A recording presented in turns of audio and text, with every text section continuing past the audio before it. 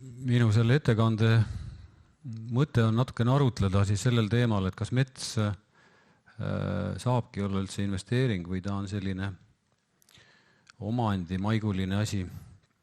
Aga et ilmselt jõuame selleni sinna lõpus, et meie oleme sellele küsimusele vastust päris pikka aega otsinud, et arutleme siis natukene koos. Et millal ta tundub omandina ja millal ta investeeringuna tundub. Ma kõigepealt natukene räägin Tohtanist, et me oleme Rootsi kapitalil, valdavalt Rootsi kapitalil siis põhinev ettevõtte päris suure bilansimahuga. 1995. aastal asutatud ja meil on 2 väga võimast saetööstust Võrumaal. Üks siis jämedamale ja teine peenemale palgile. Mõlemad väga tootlikud. Et koos selle Osula graanuli pelletitehasega moodustame sellise väikse puidutõmbekeskuse seal, mis on vast sama suur kui Imaveres. Me julgeme väita, et me kasutame ära 90% okaspuutüvest oma saetööstustes ja alustame siis läbimõõdust 8 sentimeetrit. Meil on üle 750 erineva laua ristlõike, mida me toodame. Üle 20 sihtriigi ekspordiks ja valdav osa materjalist jääb meil Eestisse. Müüme siin edasi töötlejatele. Ja meil on praeguse hetke seisuga 126 töötajat, käivet 62 miljonit eurot eelmisel aastal ja kasumit vaid 1,3 miljonit, et väga paljud on kogu aeg arvanud, et me nagu väga kõvasti teenime, et eelmine aasta väga hea ei olnud. Aga käive töötaja kohta on peaaegu 500 000 eurot, et neid tööstusi Eestis ei ole väga palju, kes suudavad ühe töötaja kohta nii palju tooteid müüa. Ja lisandväärtus töötaja kohta ka on Euroopa Liidu keskmisest natukene kõrgem. Keskmine brutopalk on 2165 eurot kuus. Et peaks olema ka päris hea. Oleme aasta välisinvestor 2017 riigi tunnustus selle eest, et peenpallikiveski tegime. Aga me räägime täna metsandusest, mitte tööstusest. Et me oleme 2010. aastal otsustanud, et me siis tööstustest tekkinud rahavoo investeerime metsa. Oleme algselt ennast kuidagi sätestanud investorina ja see kõik on Tohtani omanduses. Ma unustasin öelda, et Tohtanist ei ole kunagi dividende makstud, et see on kõik investeeritud siis kas metsamaadesse või tööstusse tagasi. Meil on 11 000 hektarit maad, sellest on 10 000 hektarit metsamaad ja me oleme jälginud väga tähelepanelikult, et me ei läheks üle 50 kilomeetri oma tööstustest eemale. See on piirkond, kus kohas meie siis loome sellele puule, vähemalt okaspuule, suures osas väärtuse ja seetõttu me saame siis kontrollida seda, mis metsas toimub. 28 miljonit eurot on investeeritud praeguseks, et ma natukene pärast räägin, mul numbreid väga palju siin ei ole, aga ma pärast natukene räägin, et kuidas see investeering siis ka päriselt investeeringu mõttes on tasunud. Oleme ühinenud metsaomanike ühingu liige, olime Põlva metsaühistus ka, aga tahtsime natuke jahiteemadega pisut rohkem tegeleda, tegelikult ei ole tegelenud, et selle tõttu vahetasime ühistut, aga muidu me oleme hea meelega selliste ühistulaadse tegevuse poolt, kui nüüd laenu ja hoiuühistut välja jätta. Kaardi peal näete, meil on tööstus on seal see kollane põhjatäht ja need punased täpid on see maa, mis siis notari juures on meile kuuluvaks kinnitatud. Hästi palju on seal vastu suure naabri piire. Vahepeal ise ka natukene kardame, et kui uus Tartu rahu tuleb ja piir joonistatakse teistmoodi ümber, siis oleme kõigest ilma. Natukene lähem pilt ka näeme, et on selline kolm sellist kontsentreeritud kohta, kus on teda rohkem ja me oleme tulnud siis tegelikult selle 10 aasta jooksul, me olime ka Tartu ja Valga maakonnas, aga me oleme nüüd tulnud 2 maakonda ära siis. Ja me oleme algatanud sellised suurte metsaomanike juures välismaal tavalised tehingud, mille nimi on vahetus, kus me oleme siis vahetanud teatud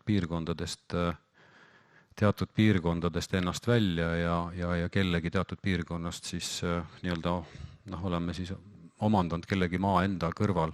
Et meie kaugem eesmärk on ikkagi saada võimalikult suuri tükke endale, aga me ei saa selle nimel ka väga hulluks minna. Et miks me seda oleme teinud, et päriselt ka, me kõik oleme sellised talupoja tüüpi ja me tegelikult usume reaalvaradesse, me usume sellesse, et me läheme GPS-i abil sõidame metsa ja seal on meie maa, notar on kinnitanud, et see on meie maa ja võtame sellest noorest männitüvest kinni ja raputame ja see on ka meie oma.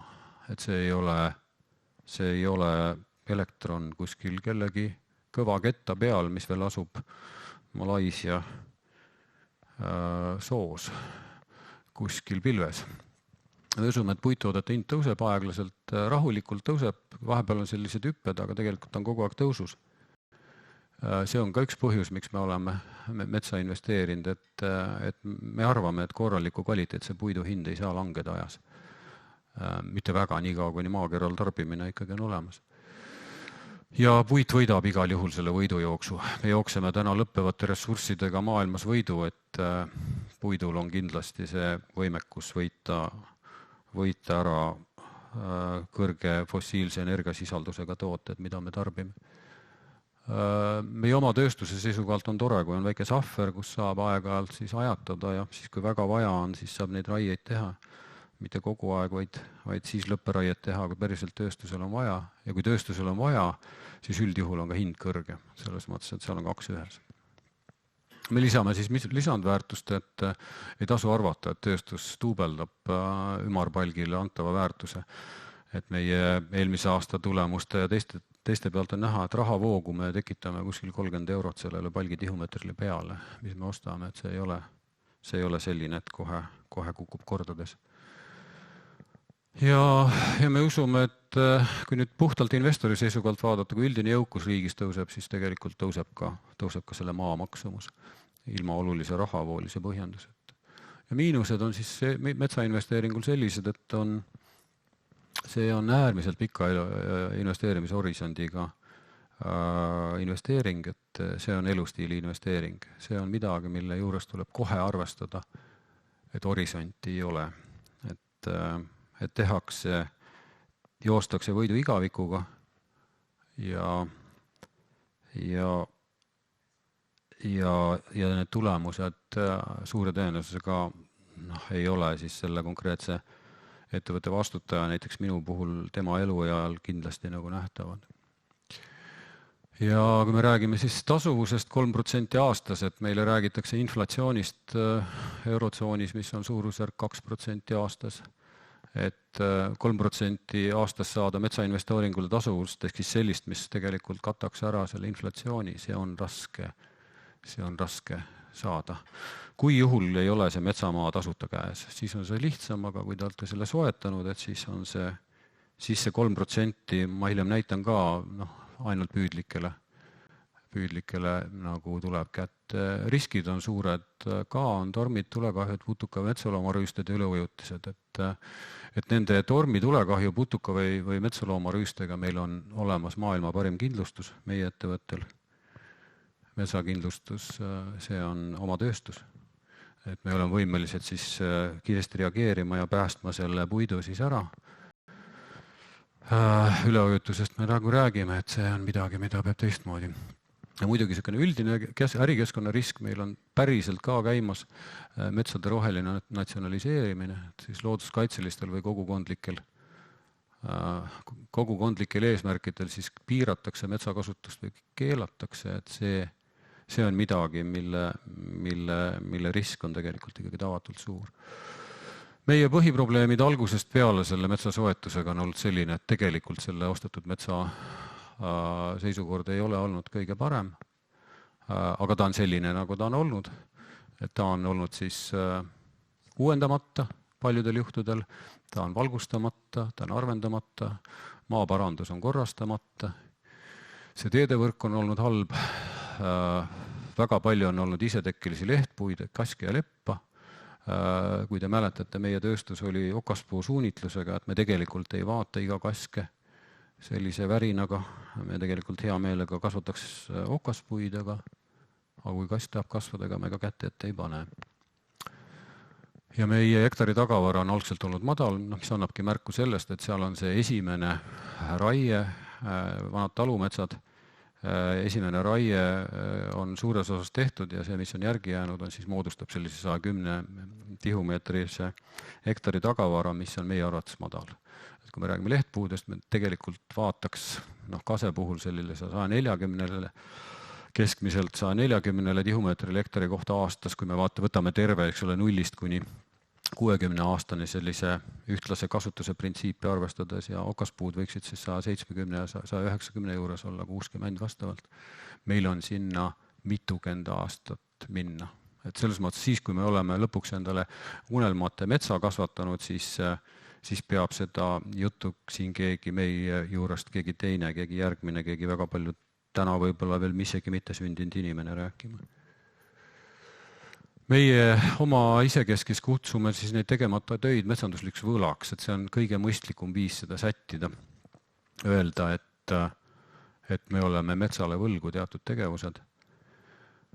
Meil täna, sellel hetkel, kui me räägime, mäletate, 11 000 hektarit oli kokku, meil on kuskil 500 hektarit istutust võlas, mida me peame ära tegema, mis on rohumaad, mis on veel lageraielangid kellegi teise jäetud ja meie enda lageraielangid, see on suur hulk tööd, et me teeme 100 hektareid seda aastas ja me ei jõua ikka järje peale, sest see mets on olnud nii kehv. Meil on teha 1200 hektarit arvendusi, me oleme ainult teinud viimased 2 aastat sanitaarlageraiet ja ainult harvendusi, me ei ole lageraiet üldse teinud. Me raiume alla juurdekasvu selle nimel, et keskmine hektari tagavara saaks kasvada. Meil on teha kilomeetreid kraave ja teid koos teiste metsaomanikega, aga väga paljudel juhul me oleme seal üksi. Et räägin ka mis pärast. 2 aasta pärast äkki saame võlaga ühele poole, aga see ei tähenda siis seda, et meil on unelmatu mets, meil on siis korda tehtud asjad, siis on meil järje peal need asjad, mis me tahaksime, et järje peal oleksid, aga on hästi selge, et me tagantjärgi ei saa teha ära seda uuendust, mille jättis tegemata eelmine omanik, seda valgustust, mille jättis tegemata endine omanik, et see võlg, see mõju käib meile veel aastaid kaasa ja mille me saame võib-olla likvideerida alles siis, kui me päris ise kunagi paneme uue metsapõlve sinna kasvama. Ja senimaani meie metsa lisaks ei osta, et see 11 000 hektarit on ja selle me juurde ostmise lõpetasime 5 aastat tagasi ära, öeldes endale, et me teeme enne metsa korda ja siis vaatame edasi, teades, et samal ajal liigub metsa hind eest ära. Natukene räägime metsaväärtustest lihtsalt selle jaoks, et need põhimõtted saaksid kuidagi korraks kristalliseeritud, et metsaväärtus koosneb tegelikult nendest 4 komponendist, millest siin juttu on, et see on mulla ehk siis maa hind, tagavarast koosneb juurdekasvust ja siis ümarmetsamaterjali hinnast, mis on siis tööstuste poolt pakutav hind, et selle mulla ja maa hinnaga on niimoodi, et ta sõltub kasvukoha tüübist küll paljus, aga peamiselt sellest, kas seal ikkagi päriselt kasvatatakse midagi. Et kui seda mulla võimekust kas põllumees või siis metsamees kasutab, siis on tal juba väärtus, aga kui teda ei kasutata, siis paljas muld ei saa maksta üle 1200 euro hektar. Et metsamaa muld, põllumaa muld maksab tänu sellele, et on subsideeritud 5000-6000 eurot hektar. Nii kaua, kuni on põllumajanduses makstakse subsiidiume ja on võimalik põldu pidada, nii kaua ei tasu sinna metsa istutada. Aga siin on üks pilt sellest, kuidas me oleme istutanud, see rohumaa, mida me ei ole võimelised olnud välja rentima. Ja me oleme istutanud, see pilt on natukene vana, see mets on juba seal minu kõrgune tegelikult. Metsal on mitte puidulisi väärtusi ka, et me kindlasti ei saa neid jätta rääkimata, et metsa väärtusega kui sellisega käib kaasas ka jahipidamise õigus. Tulen selle juurde tagasi natukene. Metsa väärtusega võib kaasas käia ka see, et keegi mõni väike ettevõtja päriselt ka kasutab teie metsa väärtusi selleks, et endale raha teenida, miks mitte siis minna sealt lisa hankima. Need on asjad, mis tuleb endale selgeks teha, et ka iga-aastaselt on võimalik metsast tulu saada. ja metsast tulu korjamine iga-aastaselt on selline iga kopika kaupa või sendi kaupa. Tagavara on väga oluline asi.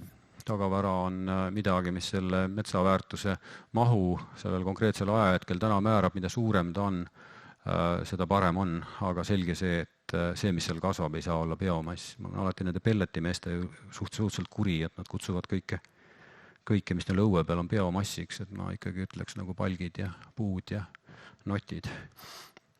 Et selles mõttes see, mis on tagavara sees, on äärmiselt oluline metsaomanikule, see määratleb selle tegeliku tasuvuse. Et ei ole ühtegi jõudu maailmas, mis teile kunagi lepa eest maksab 100 eurot tihumeetri. Juurdekasvu kõige suurem eeltingimus on see, et mets on üldse kasvama pandud. Et kui seda ei ole, et siis tegelikult ei ole juurdekasvu ja siis ei ole ka tagavara ja siis ei ole mitte midagi. Et maa iseenesest, nagu ma ütlesin, ei maksa midagi. Juurdekasvu juures on siis oluline see, et me kasvataksime ikkagi kõrge väärtusega puitu. Ei ole võimalik saada madala kvaliteedilist puidust raha. Üks oluline asi on see, et see juurdekasv, kui ta välja võtmata jääb selle puistu elutsükli jooksul, et siis ta tegelikult takistab edasist juurdekasvu. Et nende edasiste tööde, mida me kirjeldame, ikkagi eeltingimus on või nii-öelda mõju on just selles, et juurdekasv suureneb siis, kui see endine juurdekasv nagu metsast välja võtta.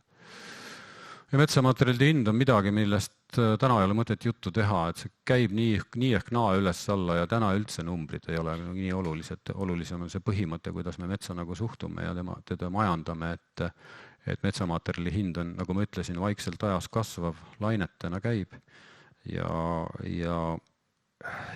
tegelikult sellesse metsakasvatuse konteksti, mis on 100-aastane tsükkel, tegelikult ei jaagi ennast väga hästi.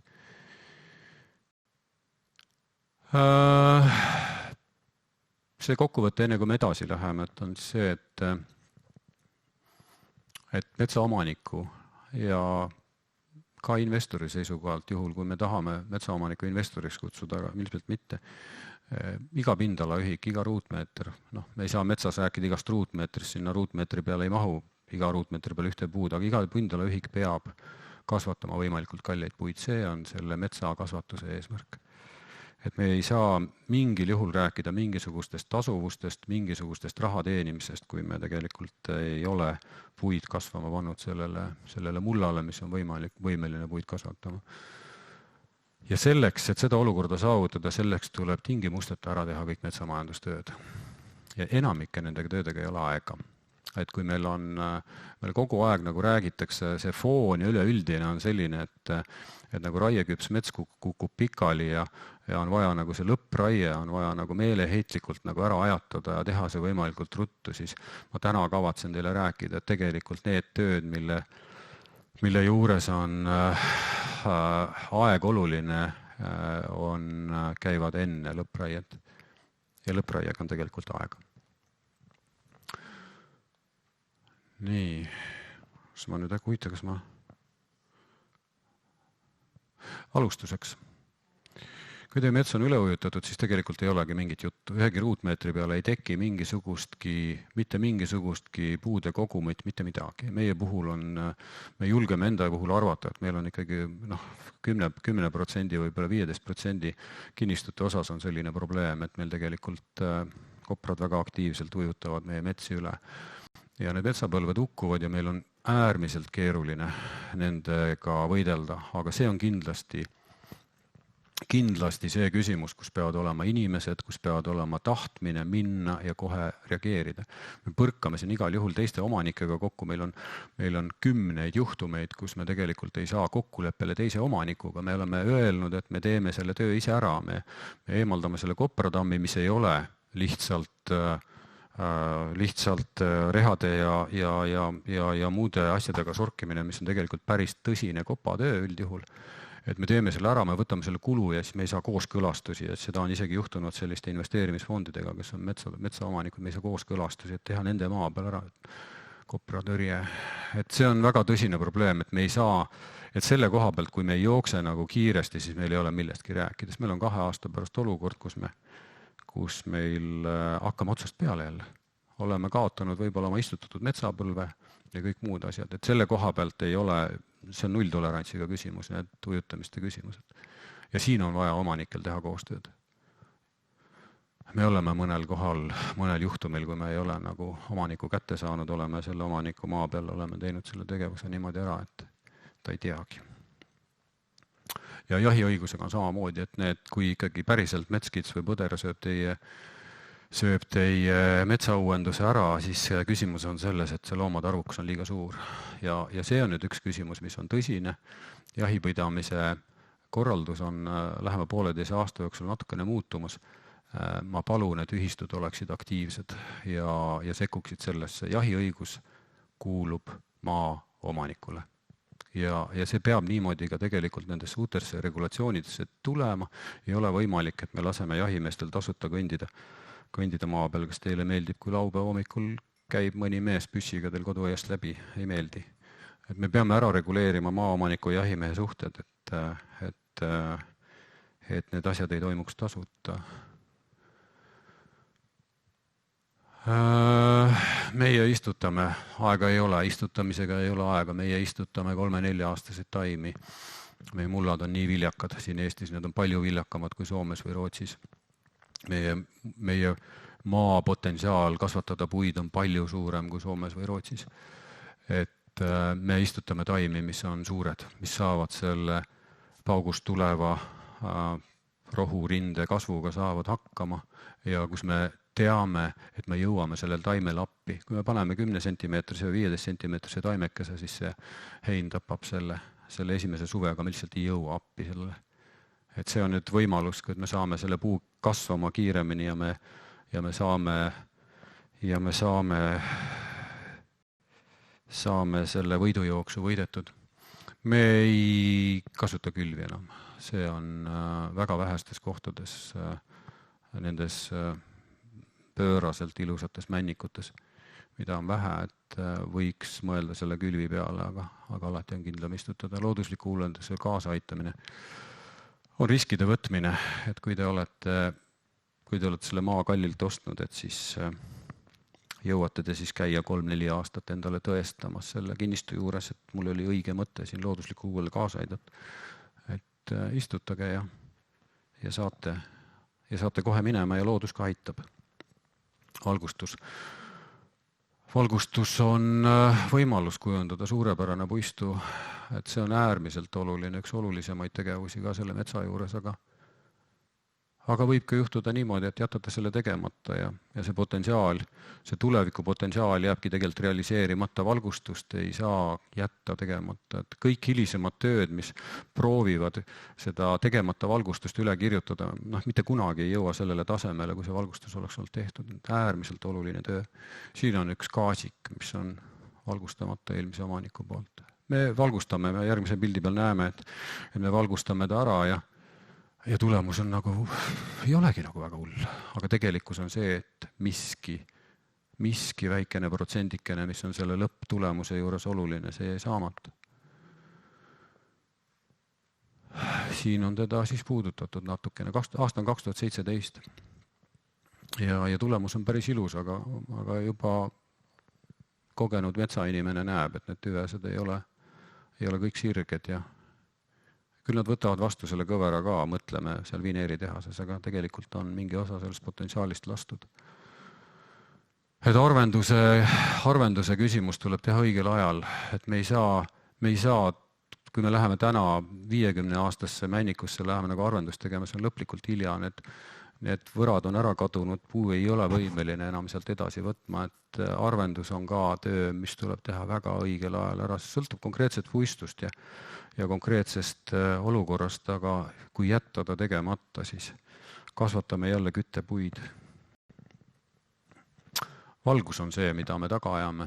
Puud on minu jaoks on päikesepatareid, et toimivad siis, annavad voolu siis, kui on valgust, ehk kasvatavad meile ainulaadset ehitusmaterjali, kumuleerivad selle, et ma igal juhul paneks põllu peale ennem puud kui päikesepatareid.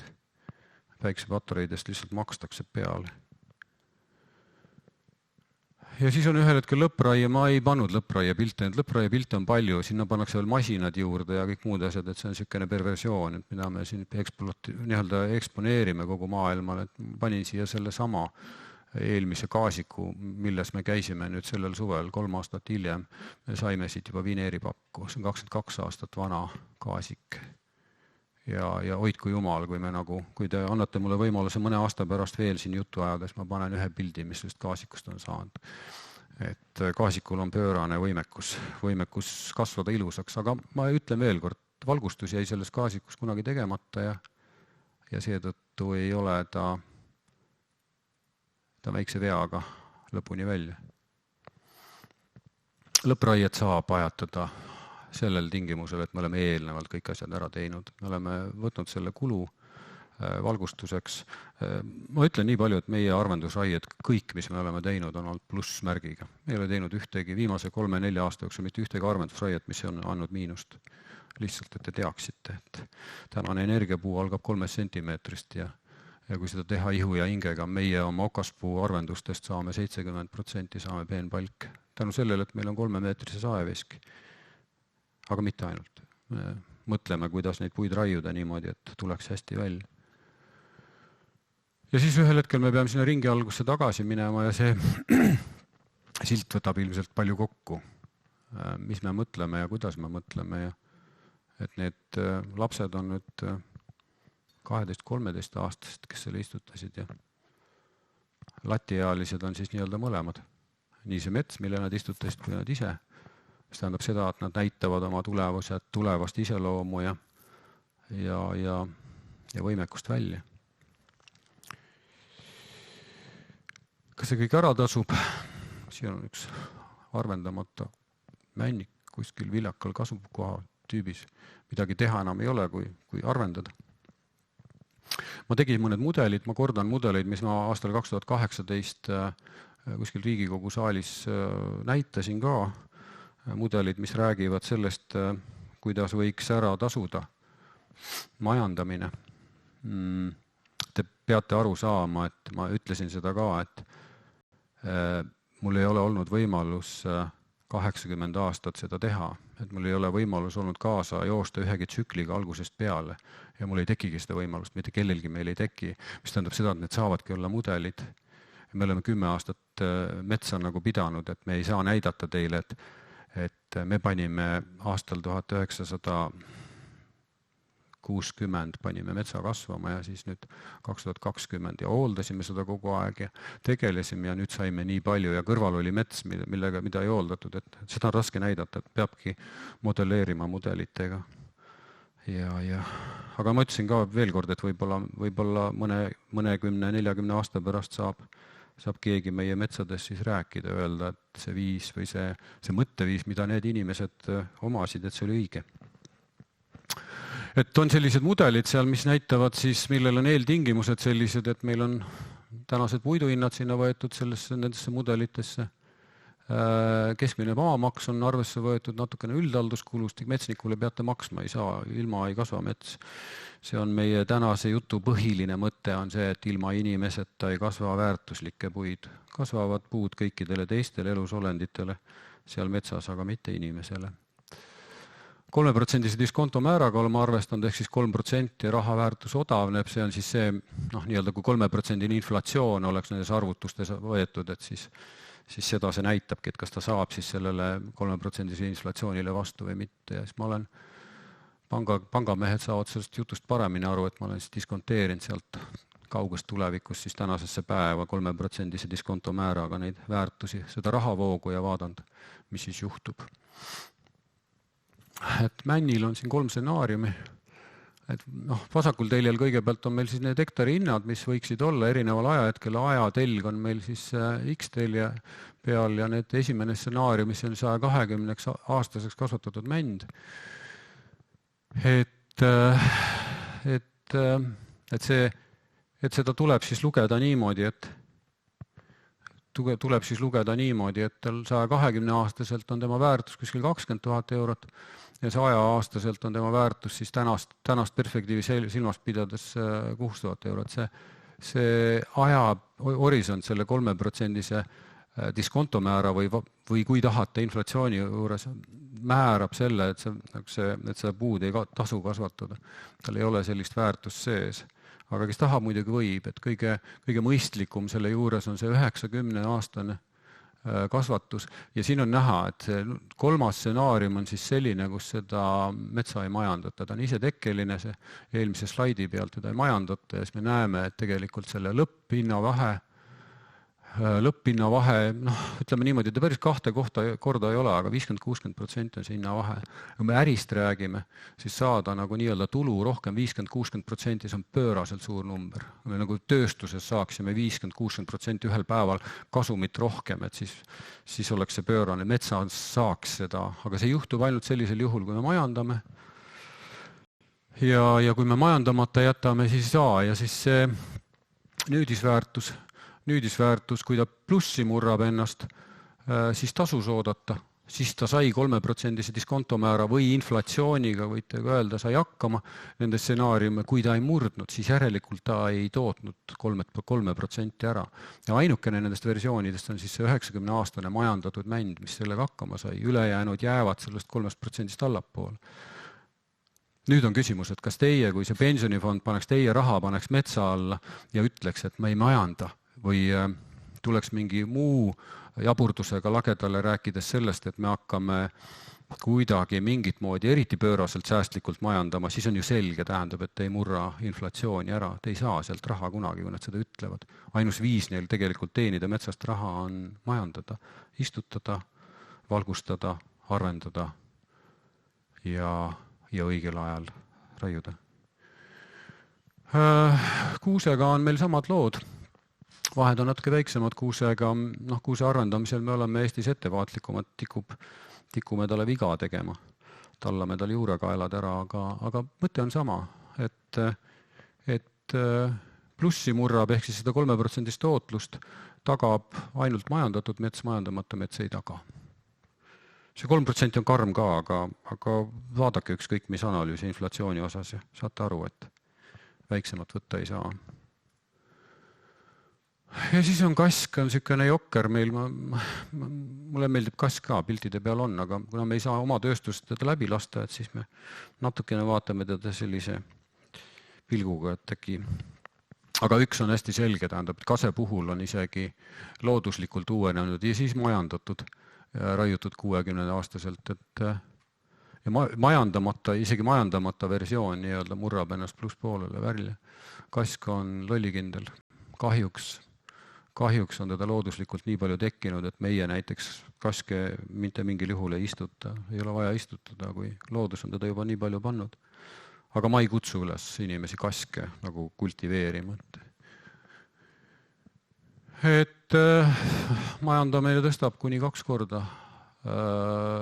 väärtust ja see väärtus täna, kus osatakse hinnata, diskonteerida tulevikust neid asju, see väärtus nende potentsiaalsete ostjate juures tekib kohe pärast selle metsamajandustöö tegemist. See on hästi oluline teadmine, et keegi seal on olemas, kes oskab selle majandamise väärtust juba rahasse hinnata, oskab selle väärtuse tulevikust tuua ja on nõus selle välja maksma, et kui te teete, kui teil ongi metsakinnistuid ja te plaanite neid müüa, kui nad on tehtud, siis suure tõenäosusega, kui te just ei müü kuskil oksjoni keskkonnas suvalistele pättkaabakatele seda lageraie pähe maha neid nii-öelda oma keskealisi puistuid, et siis seal taustal on keegi, kes oskab teie metsamajandustööd hinnata. See on täiesti selge. Meie ei ole, meie ei osta, me ei taha, me täna ei räägi sellest, et me tahaksime ilmselt inimeste metsa osta. Et kas siis tulevikus võiks olla mingeid riske, mis selle majandamise nagu mõttetuks teeks, et mina ilmselt olen küll Eesti Vabariigis üks väheseid inimesi, kes hommikul ei ärka üles ja süsiniku pärast nagu muret ei tunne. Päriselt ka. Proovin elada tööstuses ja metsanduses niimoodi, et me oleksime säästlikud, kokkuhoidlikud, tarbiksime võimalikult vähe ressursse ja see iseenesest ongi selline mõistlik süsiniku käitumine, ma arvan. Aga selle eelpool kirjeldatud metsamajandamisega, millest ma rääkisin, et me uuendame ja uuendame ja arvendame ja anname juurde kasvule nagu meeletult juurde. Ja see sobib selle süsiniku hullusega, mis ümberringi käib väga hästi. Et me ei taha ennast selle süsiniku rongi peale kuidagimoodi nii-öelda istutada. Ma hea meelega jään korraks perrooni peale ja vaatame ringi, kas saab jaama taga puid kasvatada. Aga ikkagi. Ja mõelge, kui keegi väljaspoolt veel selle süsiniku sidumise eest maksaks. Et meil on uskumatult palju projekte, mille eest nagu makstakse täna ja vanasti ei makstud. Et me maksame päikesepaneelide eest, makstakse meeletuid summast inimestele peale, aga inimesed, kes puid kasvatavad, teevad ju seda sama. Kasvatavad tegelikult inimestele vähese energiasisaldusega ehitusmaterjale, kasvatavad odavat energiat, mis on ka oma olemuselt päikeseenergia ja meil ei maksta selle eest, aga ma ei kutsu üles, et ikka oleks lahe, kui saaks sellest miljardilisest Euroopa või 750 miljardilisest taastuspaketist, mis on ka nii-öelda roheline koroonataastuspakett, saaks sellest osa, aga mu süda ütleb, et metsa seda raha keegi ei anna. Olgugi, et me teeme ilmselt suurema töö metsakasvatajatena kui päikesepaneelide ülespanijad. Et kas võib olla risk, et inimestel ei ole seda mehaanilist puitu vaja, et nad ei tee maju enam niimoodi pikkadest aladest, saematerjalist, ööveldatud materjalist, ma ei usu seda, sellepärast, et nende materjalide energiasisaldus on nii madal. Nad on rahulikult päikse abil kasvanud ja selle jaoks, et seda materjali muuta, näiteks veeldada või teha temast mingisugune muu materjal, läheb energiat, et puitmaterjalid jäävad odavaks ja see on äärmiselt oluline teadmine. Ja see on minu usk. Ma ei usu, et hakatakse, ma ironiseerin siin, aga et veeldatakse puit ära ja siis 3D prinditakse teile kuskil maja, ma ei usu seda. Aga kui muidugi tehakse, eks ma siis tulen siia ja võtan oma sõnad tagasi. Et kas on tõenäosus, et see võimekas keemiline puidutööstus, too sama, kes veeldas neid asju, et kas nad siis kõik jämedad, peened, mädad ja üraskinäritud puud ostab ära kõrgema hinna kui näiteks vineeritööstus või saetööstus. Mingitki varianti ei ole. Et puid kasvab piisavalt peale maailmas parasvöötmes. Et kui meid just ühel päeval ei ole 20 miljardit maakera peale, et siis jätkub puid meile kõigile. Et raha trükitakse kiiremini, kui puud kasvavad, et hüperinflatsioon. Kui see tuleb, siis need materjalid ja see energia, mis puidust toodetakse, see konverteerub täpselt samamoodi. Tema hind tõuseb samas suurusjärgus, nagu see inflatsioon on. Et ei peaks väga hullusti ilmselt ei peaks kartma. Ja siis on mingi risk, et Eestis saab ühel hetkel üks suur looduskaitseala, et ma küsin siin, et milleks oleks meile vaja looduskaitseala, kui me saame puid kasvatada ja nende puude vahel, mida me kasvatame, see sama meie tavapärane loodus saab väga hästi hakkama. Mina olen veendunud seda usku, et mets algab puudest. Et ilma puudeta ei ole seda palju kiidetud ökosüsteemi seal, et ei ole niimoodi, et põder tuleb metsa või lagendikule ja toob puud kaasa. Et ennem on seal puud ja siis tuleb põder sinna. Et niimoodi on nende teiste asjadega. Ma ei usu seda ja ma ei usu, et keegi suudaks maksta kinni kuidagi moodi suudaks kinni maksta selle looduskaitsealaks olemise. Aga riskid muidugi on, et inimestel praegu on ikkagi taju, et raha tuleb kuskilt Brüsseli kandist tuleb ja sellega saab nagu konserveerida meid kuidagi äkki ära. Ma toonitan, et metsainvesteering on kontaktne ala, et selles mõttes see on nüüd midagi, mida te ei saa usaldada oma pangas istuvale fondihaldurist sõbrale. See on midagi, mis eeldab seda, et on olemas metsamajandaja, keegi, kellel on süda õiges kohas, käed ka õiges kohas ja kes on kiire, et tegeleda nende asjadega, mis tahavad tegelemist saada metsas. Et kui ei ole seda head metsamajandajat, siis ma elu sees ei sätiks oma raha sellesse asja. Et tegelikult ma õhtuti käin Tartus, töölt jõuan, käin Tartus Veeriku Selveris, käin sisseoste tegemas. Mulle õudselt käib närvidele, et seal pensionifonde nagu pakutakse ja vahetust pakutakse. Ja tegelikult ka väsinuna ma ei taha nagu kuidagi moodi oma pensionivaradega tegeleda, aga mõelge nüüd selle õudse loo peale, kui need inimesed hakkavad seal pakkuma nagu metsa pensionifondi investeeringut minusugusele. Et siis vist läheb kontaktseks. Et need piirangud selle metsa kasvatamisel ei ole tegelikult ja heal metsa kasvatamisel ja tulusal metsa kasvatamisel ei ole ei puudes ega mullas, vaid selles, kuidas me inimestena mõistame, kas me tahame kasvatada puid igal ruutmeetril, milliseid puid me tahame kasvatada ja kas me tahame tegeleda selle asjaga. Et kui ei taha, ärme oleme metsaomanikud, et las keegi teine siis tegeleb, aga tegemist on omandiga ja niimoodi ilmselt väljenduda ei saa, et Eesti 100 000 metsaomanikku ilmselt tegelebki selle metsaga niimoodi, et osa ei hooli üldse ja osadel on päriselt veendumus, et ta kasvab ise. Aga ei kasva, siis me saame endale 50% küttepuid ja kõiki muid asju. Mõned pildid veel siia lõppu, et lihtsalt saada see teema kuidagi kokku võetud. Hübriidhaabasid istutas keegi kunagi ja kuusk õnneks alla. Võtsime hübriidhaavad ära, ilus kuusik tuleb. Kõik haavad olid ära näritud. Milleks neid oli vaja istutada, tõesti ei tea. Aga ma päriselt ka ei hinda mõtet puupõllust, kui kellelgi võis kogemata see mulje jätta. See on asi, mida peab tegema. Vanad maaparandussüsteemid tuleb tegelikult korras hoida ja selle peale tuleb kulutada. Ma vaatasin, me oleme sellel aastal täna 10 kuuga 78 000 eurot mahutanud. 500 000 me oleme sellel aastal kulutanud juba metsataastustööde peale sellel aastal. Lisaks koprale on inimkopraid ka. Et kui inimene tuleb, töötab Maanteeametis või kuskil või on kohalik vallaspetsialist, paneb selle toru niimoodi, et metsa alt ei saa vesi nagu ära voolata.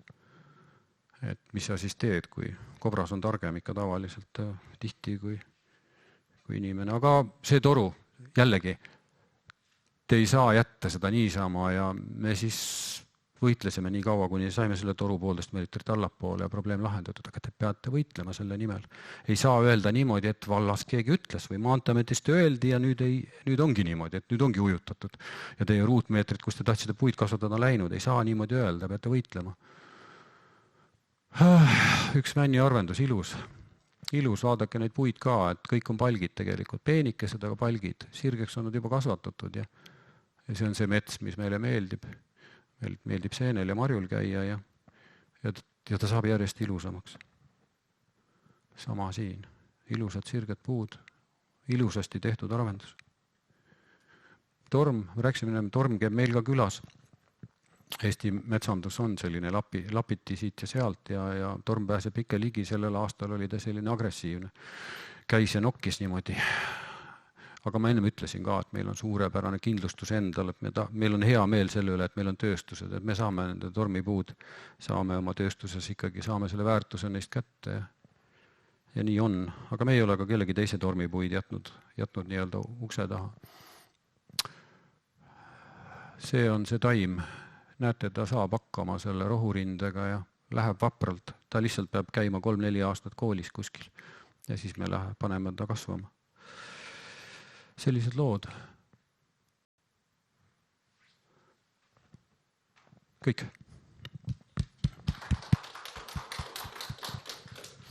Aitäh, Martin. Ma pean tõdema, et metsast kui investeeringusse nüüd just liiga head müügitööd ei teinud. Ma üritasin öelda seda, et mets ei ole maalapp, mille väärtus automaatselt tõuseb, kuna ta paikneb siin samas Olümpiahotelli kõrval. Ja lihtsalt sellise üldise haibi tulemusena jõuabki see väärtus ühel hetkel sinnamaani, kus siis mõne jalgpalliklubi president ostabki 400 miljoni krooniga siin maha tüki ära, et metsamaa üksiti maksab väga vähe ja ta väärtus tõuseb ainult tänu sellele, et seal toimub mõtestatud metsakasvatustegevus. Kindlasti see oli väga hea ja hariv ülevaatlik nende metsamajandustööde kohta, aga ma tahtsin ikkagi nüüd täpsustada veel seda, et oma mudelitesse sa ei arvestanud maa hinna tõusu, ma saan aru. Et tegelikult ju teatud maa hinna tõus ikkagi toimub ka. Ei arvestanud, jah. ei arvestanud sellepärast, et see on midagi, mis seesama küsimus, et kas see olümpia kõrval olev maatükk, et kas keegi teab, mis selle hind võib 20 aasta pärast olla, et ma vaatasin, palju see toodab rahavoogu ja kui me räägime finantsinvestorist või pensionärist, siis temal on ju oluline see, et palju igal aastal võiks sealt raha tulla, mitte see, mis hinnaga saaks ta ära spekuleerida selle. Ma annan mõned numbrid meie metsainvesteeringust. 28 miljonit on investeeritud. Me oleme tootnud umbes 7 miljonit puhast rahavoogu selle aja jooksul. Ja meie 28 miljonilise investeeringu väärtus läbi siis selle, et selle metsa seisund on paranenud, tema eeldatav tulukus on paranenud, aga ka läbi selle, et maa hind on tõusnud, et me arvame, et see on kuskil 13–14 miljonit siis paranenud. Et see ei ole halb investeering, aga ta on hea ainult tänu sellele, et me oleme tegelenud, mitte tänu sellele, et kuskil taustal on mingisugune müütiline maa hinnatõus. Et kui me võtame ikkagi palja maa, mille peal mitte midagi ei ole, siis see ei saa maksta üle 1200 euro hektar. See kõlab igal juhul oluliselt paremini juba kui inflatsiooniga tasa tegemine. Kas meil saalist on mõni küsimus? Üks küsimus, jah. Võib küsida, et millal on parim aeg metsandustööd teha? Ma tean, et detsember ja jaanuar võib olla talve poole ja kuhu eraisikule pöörduda ja kus leida sellist spetsialisti näiteks?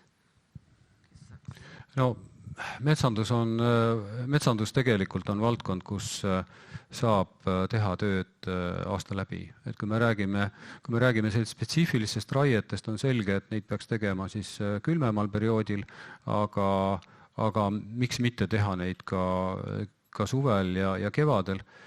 Et meil on küll selline arusaamine, et meil nagu hetkekski sellist hingetõmbeaega ei ole, et me nagu kogu aeg saame asjadega tegeleda. Mina päriselt ka soovitan ühistut, et ühistus on ikkagi tõenäosus saada professionaalset abi Eestis kõige kõrgem, et oleks nüüd ilusasti viisakalt öeldud. Jah.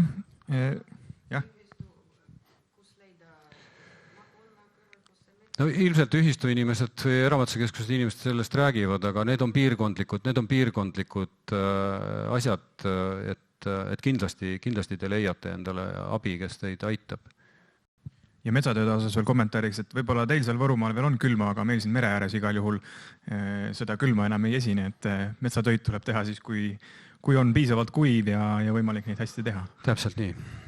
Aitäh, Martin, palun võta omale siit üks vihmavari meeneks kaasa.